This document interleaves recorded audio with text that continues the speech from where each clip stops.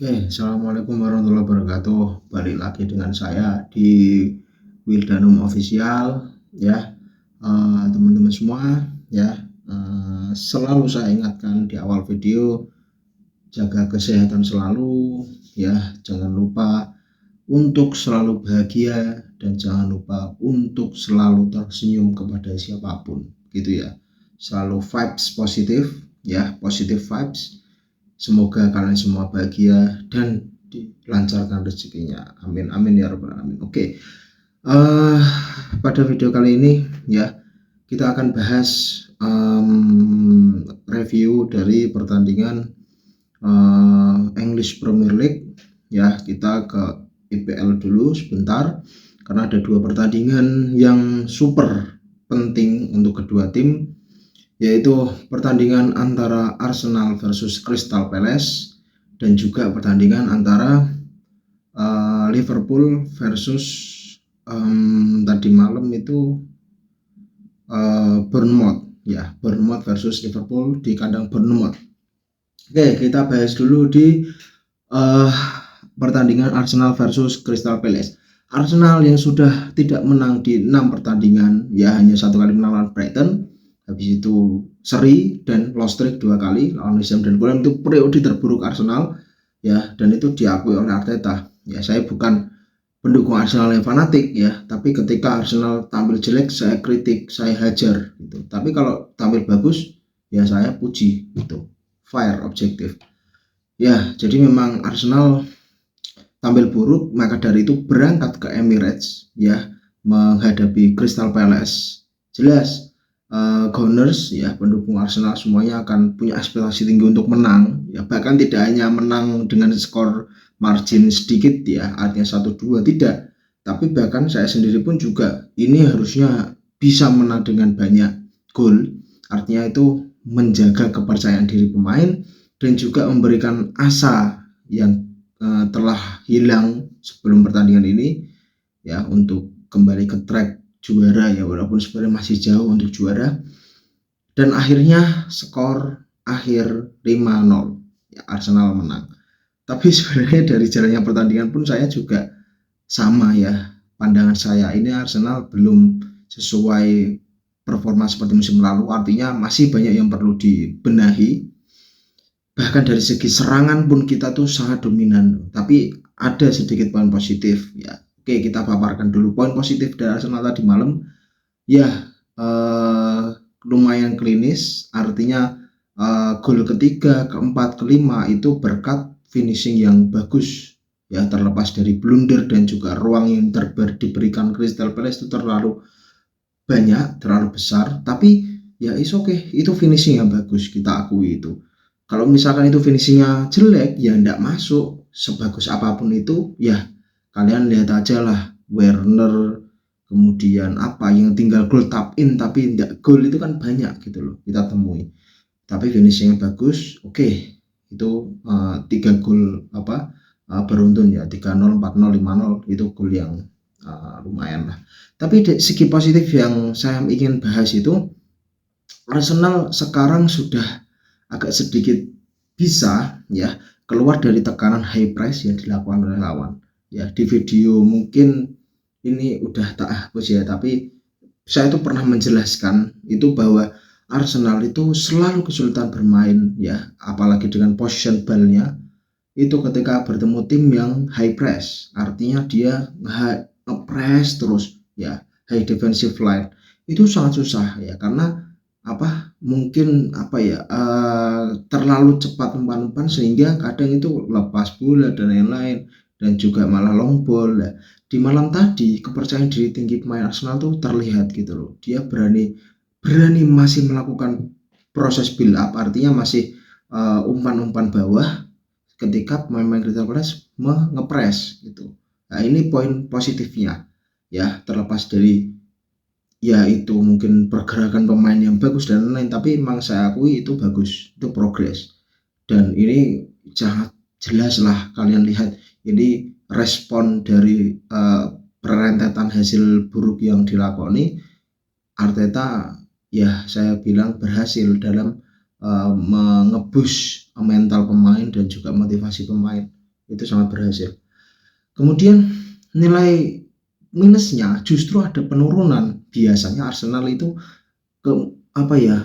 ketika mendapat tim yang bermain low block, itu Arsenal sangat-sangat mudah untuk menerobos pertahanan itu mudah ketika low block, karena yaitu tadi melakukan scrimmage kemudian melakukan kombinasi itu biasanya mudah.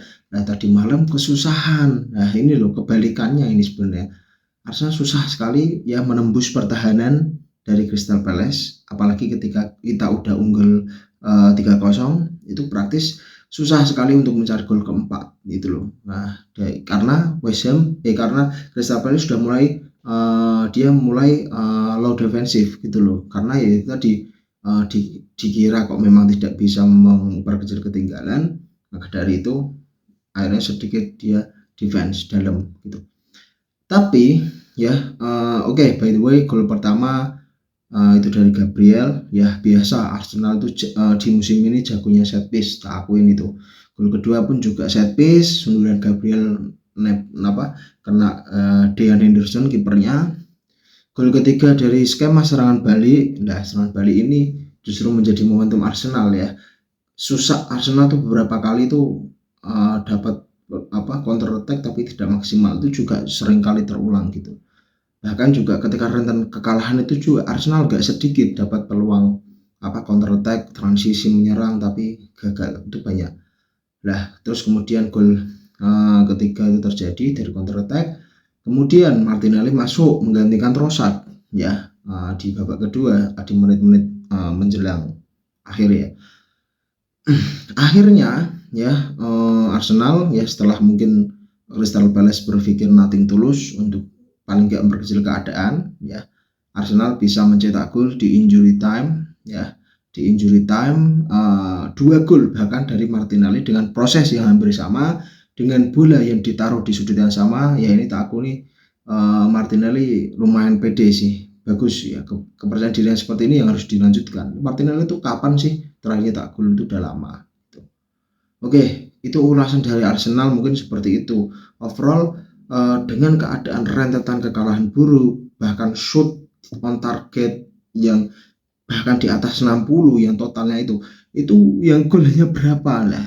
Dengan kemenangan 5-0 ini sekaligus sedikit bisa membungkam ya pesimis-pesimis yang naik ke atas ya. Oh Arsenal pemainnya bagus toh tapi nggak bisa nyetak gol lah.